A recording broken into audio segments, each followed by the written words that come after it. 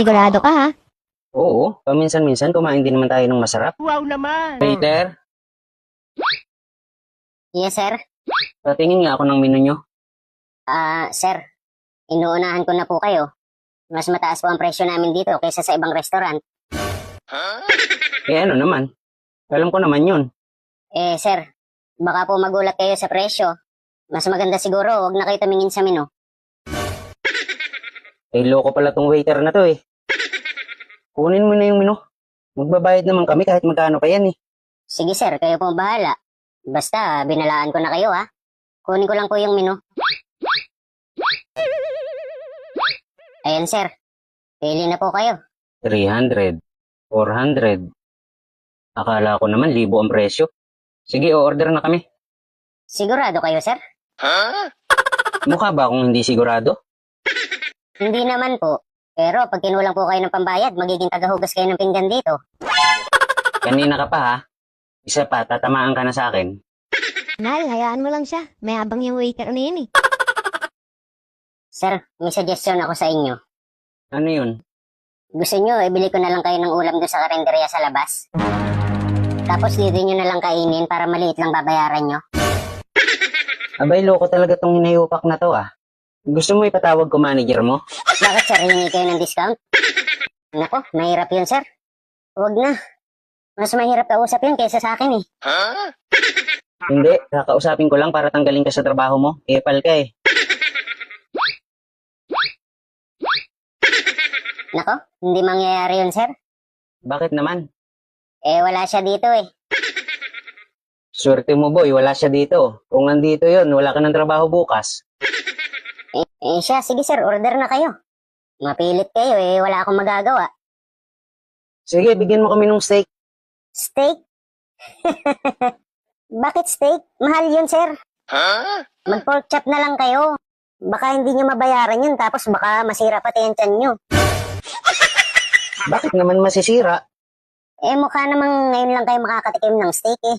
Baka mabaguhan yung tiyan nyo. Ay, ikaw waiter ka. Okay, alamero ka ha. Kung ano yung in-order namin, yun ang ibigay mo. Sige po, kayong bahala. Bigyan mo rin kami ng lechon manok. Lechon manok, 1/4. Anong 1/4? Isang buo siyempre. Hala sir, O bakit na naman? Magsasuggest ka na naman ng mura. Sige, may lechon pugo ba kayo? Yun na lang ibigay mo para mas mura. kaso wala kami nun sir eh. Yun naman pala eh. Dami mong alam eh. Alam mo bang ginagawa kapag marami ng alam? Ano sir? Nililigpit. Ano, gusto mo? Iligpit na kita. Kunin mo na nga yung order namin. Samahan mo na rin ng drinks ha. Anong drinks nyo sir? Meron po kaming carbonated, bottomless iced tea, at saka iba pang juice. Sige, bigyan mo kami ng bottomless na iced tea. Pero parang mas maganda sir, magtubig na lang kayo. Aba talagang... A few moments later. Wow! Ayan sir, kompleto na order nyo ha. Tawagin nyo na lang ako pag magbabayad na kayo. Sige, tawagin ka na lang namin. Huwag kayong tatakas ha. Lumayas ka na nga dyan. Kakain kami, nakatanghod ka. Ay nako, kung yan ibinili nyo na lang ng isang sakong bigas, di may pangkain na kayo ng isang buwan. A few moments later. Nabusog ako. Ikaw, mahal, nabusog ka ba? Oo, masarap na yung pagkain dito. Ang mahal nga lang. Mahal, paano itong mga tira natin? May 2 hita pa ng manok oh. Tapos yung steak, hindi man lang natin nabawasan. Ipapatake out natin yan. Sayang yan, ang mahal pa naman. Sige. Kaso, baka kung ano na naman sabihin ng waiter na yan. Hindi. Akong bahala. Waiter, Yes sir,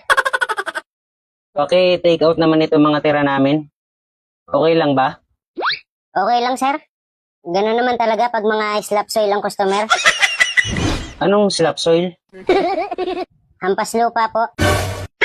Sira ulo? Ano, porket ipapatake out namin, kami ang kakain? Basta ibalot mo na yan kasi ipapakain ko yan sa aso namin. Mahal, di ba wala naman tayong aso? Huwag ka maingay.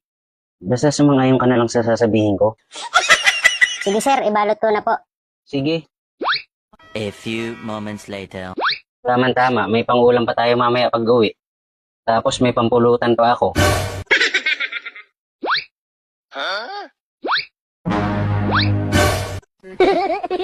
Bakit ang dami na niyan, boy? Hindi nyo natatanong sir eh. Dog lover din ho ako. Eh total, marami pa naman ho kami dong tira-tira. Eh, isinama ko na rin ho dyan.